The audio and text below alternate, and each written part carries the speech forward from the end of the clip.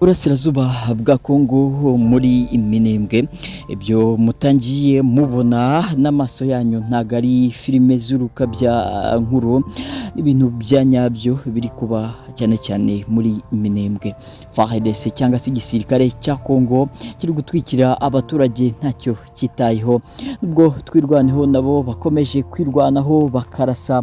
FARDC ifatanyije na Wazalendo ndetse n'umutwe wa FDLR n'igisirikare cy'u Burundi FDNB, ariko nanone ntago biba byoroshye kuko kurwana n'indege cyane cyane utazi ngo irarasa iturutse he, ntago ari ibintu biba byoroshye. Ku munsi w'ejo murabizi ko nabagejeje inkuru ivuga yuko ASM23 yamaze gushyira ubwirinzi muri Minembwe mu karere k'Uburasirazuba bwa Kongo, ariko mu gitondo cy'uyu munsi mu makuru avuga ko ava ku rugamba avuga ko ASM23 umutwe wa twirwaneho bamaze kubohoza cyangwa gufata agace ka Mikenke, n'agace gaherereye n'ubundi muri Minembwe aho haturaye abaturage bo mu bwoko bw'abanyamurenge benshi cyane.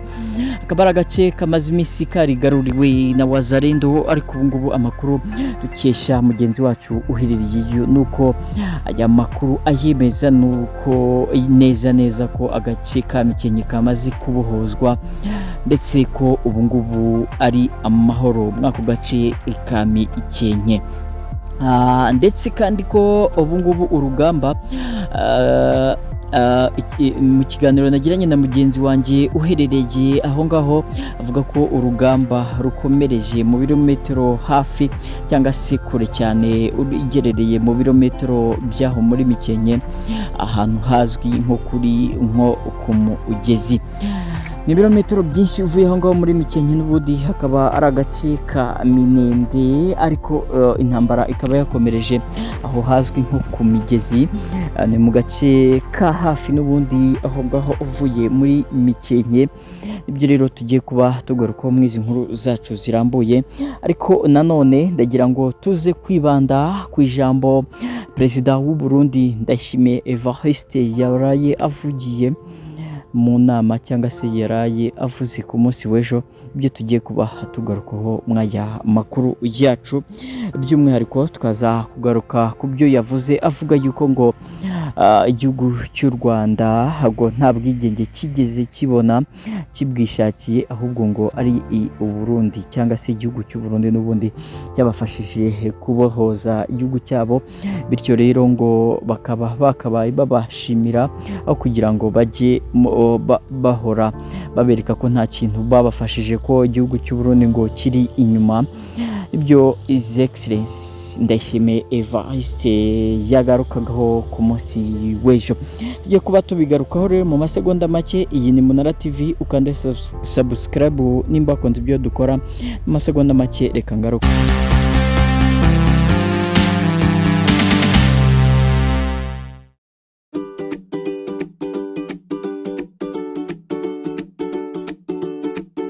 Guhaye ikaze nanone wowe wakoze subscribe kuri Munara TV.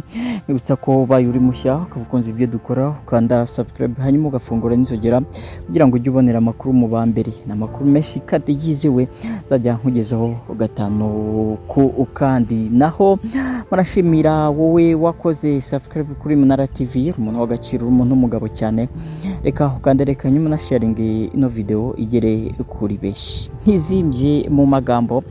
Reka tuve muzine muzingo izi nkuru zose natangiye mbagezaho ku munsi w'ejo, ubwo nabagezagaho amakuru yuko urugamba bimeze cyane cyane muri Minembwe.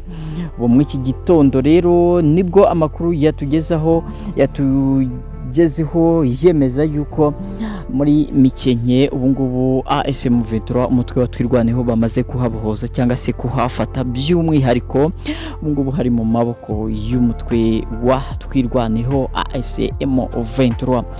Hanyuma kandi ni inkuru navuga yuko yababaje benshi, hanyuma ku bandi ngira ngo bahoze banabiserebura na bamwe mu batari bishimiye uburyo ikipe ya Kongo yagiye mu gikombe cy'isi isi, ariko ikajyanayo navuga bimwe nakwita amacakubiri, kuko ubwo bakinaga umukino wabo wa mbere aribo batsinzemo n'igitego kimwe, aribo banganyaga mu mbabarire igitego kimwe ku kindi, byatumye perezida wa Kongo avuga ijambo ritashimishije benshi, avuga yuko ngo agiye gufata Goma, amfata na Bukavu. Nyamara kandi ibyo yabivugaga hari nuko abakinnyi bagiye gukina bashyiramo amacakuri, bababwira ko abanyarwanda aribo bari gufata igihugu cyabo. Nyamara tuzi neza ko ASM 23 atari abanyarwanda, ahubwo ari abakongomani bavuga ururimi rw'ikinyarwanda, nkuko muri Uganda ari abanyarwanda bavuga ururimi rw'ikinyarwanda, yewe banemewe n'itegeko nshinga. Muri Tanzania bakaba bahari bavuga ururimi rw'ikinyarwanda, ariko by'umwihariko bagahurira ku rurimi rw'igiswahili nk'ururimi rwabo rw'igihugu. Muri Uganda hakaba ari uko, bakaba bafite ururimi rw'igihugu, ariko nanone hakaba hari izindi ndimi zivugwa zirenga 40. Niko bimeze no muri Kongo, hari indimi nyinshi cyane, yewe bavuga ko ari indimi nyinshi cyane, ariko nanone hakaba harimo n'ururimi cyangwa se ubwoko bamwe mu bwoko bw'abakongomani bavuga ururimi rw'ikinyarwanda. Ari nabyo byatumye rero habamo ayo macakubiri, bavuga yuko abo ngabo ari abanyarwanda.